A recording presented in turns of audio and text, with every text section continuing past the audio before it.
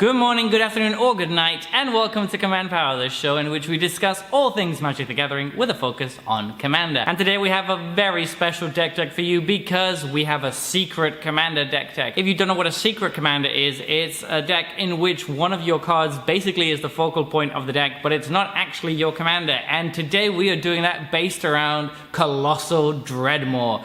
Now, you may have heard about Colossal Dreadmaw. It's a 6/6 dinosaur for 6 mana, which is awesome, but on top of that, it also has Trample. So that is just incredibly overpowered. So obviously we wanted to build a deck around it to abuse this powerful dinosaur as best we can.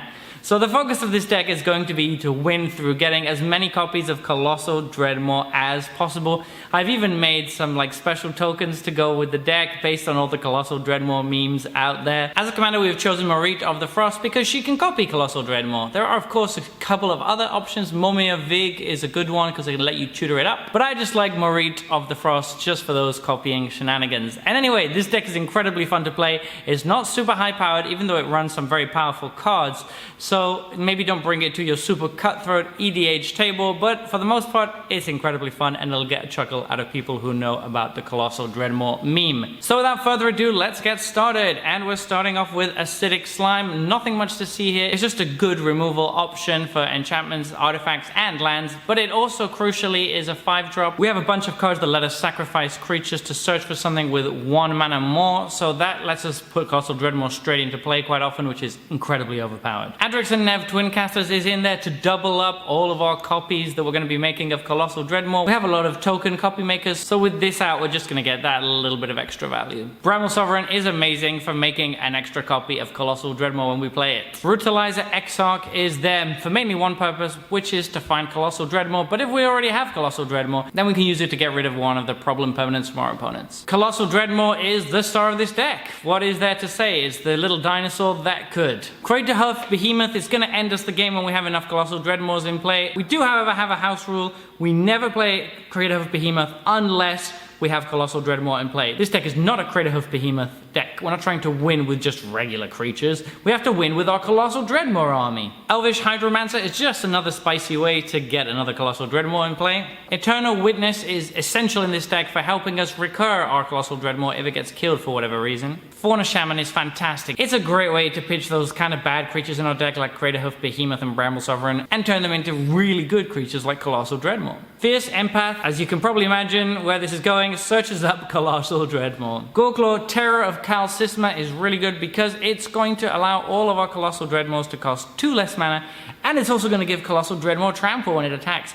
It already has Trample, but who cares? Mirrorhole Mimic is going to enter as a copy of Colossal Dreadmaw, which is fantastic, although it will become a Colossal Dreadmaw Spirit, which is slightly less good. But then on the other side, it can use itself to make multiple copies of Colossal Dreadmaw turn after turn, so it's really, really strong. Wonvuli Beast Tracker is one of the weaker tutors in the deck, but it's just another way to make sure that we get our Colossal Dreadmaw. It will put it on top of the library, which is a little bit awkward. Progenitor Mimic is a card that seems like it was handcrafted for this deck. It's going to come in as a copy of Colossal Dreadmaw, and then it's going to make a new Colossal Dreadmaw every turn. Rift Sweeper is really, really good tech because sometimes people might actually exile our Colossal Dreadmaw. I know.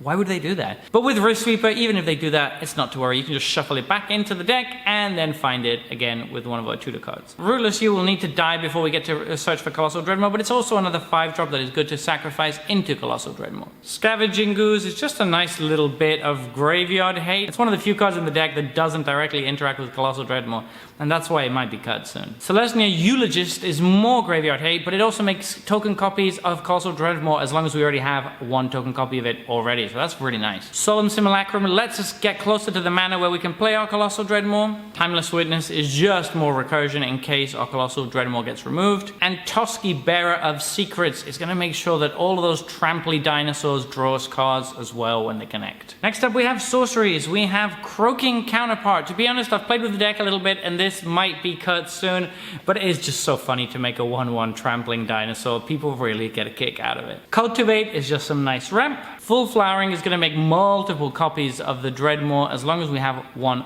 token copy out already. Irenicus's Vile Duplication is just another way to get token copies of Dreadmaw. Kodama's Reach is the same as Cultivate, just a bit more ramp. Primal Command has a few useful modes, but the most important one is to search for any creature card and put it into our hand. Quasi-duplicate is great because we can use it once to get a token copy of Dreadmaw, and then later on in the game we can just use it again to get even more Dreadmaws. Rampant Growth is going to get us some ramp, which is something that we need in this deck. Replication Technique is really sweet because it actually gives you 2 Dreadmaws, which is amazing. We can actually get even more creative with this by replicating something like a Progenitor Mimic or something ridiculous like that, and then absolutely going off the next turn.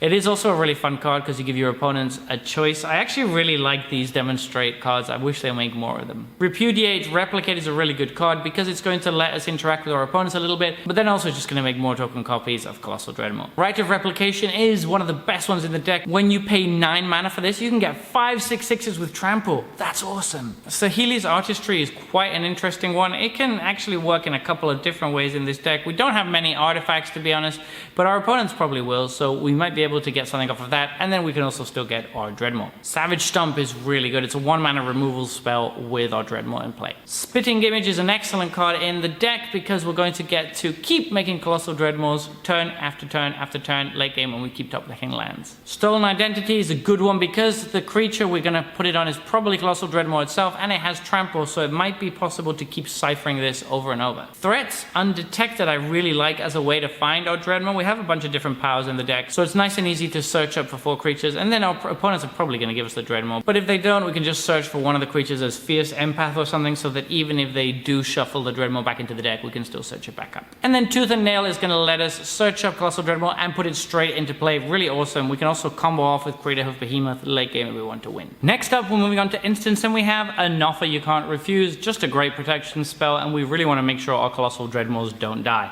Cackling Counterpart is a great way to make a token copy of Colossal Dreadmaw at instant speed. Chord of Calling is great if we can stick 9 mana into it and get our Colossal Dreadmaw at the end of our opponent's end step when they least expect it. Counterspell is another good way to protect our board. Druid's Deliverance is also great. It can keep us alive in the early game, or it can make an extra token copy of Colossal Dreadmaw late game. Fated Infatuation is going to give us another token copy. Heroic Intervention makes sure that somebody doesn't wrath our board of dinosaurs away, which would be very mean. Perplexing Test is a really good board wipe in our deck because a lot of our creatures are going to be token copies, so they're not going to get bounced. But we can also rebuy our non-token creatures, thus keeping the original Colossal Dreadmaw safe and being able to rebuy all of our ETBs later. Return of the Wildspeaker can double up as a finisher or as a great card draw spell. We're almost always going to have a 6-power creature in play, so it's almost always going to be at least 6 cards. Second Harvest is great. At the end of turn, we can just threaten lethal with this very easily. Stubborn Denial is almost always going to be on in a deck with so many high power creatures. Sublime Epiphany can give us some really serious value, but crucially it can also make a token copy of a creature, which is the mod that we're most interested in.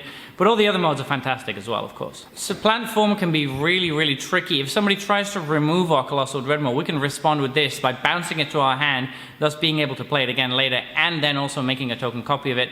It can also be used generally to make copies of our opponent's creatures, but that's not as interesting. Swansong is a great piece of interaction that should keep our board safe, and Worldly Tutor is fantastic in this deck because it's going to allow us to search for a Colossal Dreadmaw in the end step of our opponent's turn and make sure we draw it next turn. Next up are the enchantments. We have Back from the Brink, which is another way to recur Colossal Dreadmaw from the graveyard. It's very expensive and very slow, but we need as many ways as we can to make sure he doesn't get removed. Dance of Many is really sweet. I mainly put it in there because I have the secret lair Fortnite and I love the art. I think it's hilarious and I just want to put it in the deck. Extravagant Replication is fantastic. It's basically a Progenitor Mimic that's not a creature that's going to keep letting us make token copies of Colossal Dreadmaw. Greater Good can sack those Colossal Dreadmaws that are going to die anyway to draw a bunch of cards. Parallel Lives is another way to double up on our Colossal Dreadmaw tokens. And Sylvan Library, make sure that we can find them early in the game. It's just a very good card overall, but it's easily replaceable for any other card draw effect. Artifacts, we have Blade of Selves, which is obviously awesome. What's better than attacking with 1 Colossal Dreadmaw? Attacking with 4 of them. Essica's Chariot is going to keep the fun going and making more token copies of Colossal Dreadmaw. And finally, Soul Ring is going to accelerate us because every deck wants Soul Ring. As for lands, we have Alchemist Refuge to be able to play things at instant speed, which is nice. Balaged's Sanctuary is another way to recur our Dreadmaws. Bonder's Enclave is almost always going to be on and let us draw extra cards. Glasspool Mimic is very good in this deck because it's just going to come in as a copy of Colossal Dreadmaw. Littjara Mirror Lake is similarly surprisingly good, just an extra token making effect. Same with Mirror Pool, it can copy a spell or a creature, which are both really good, and Tangle Florahedron allows us another option for ramp. So there you have it, that has been our Colossal Dreadmaw deck tech. What do you think about this deck? Does it sound interesting to you? Would you like to give it a shot? It's really fun, I promise, and it's actually not as bad as you might think. You can often get stuff going, as long as you're not in a super high powered table. So anyway, let me know what you think about this deck in the comment section below. I read all comments and respond to all of them too. And if you enjoyed this video, don't forget to click like or subscribe. We're currently growing the channel and it would really help me a lot. And a big thanks to my American viewers today on Thanksgiving. I'm very grateful for all of you that keep coming back to this channel to enjoy my videos. Until next time, take care.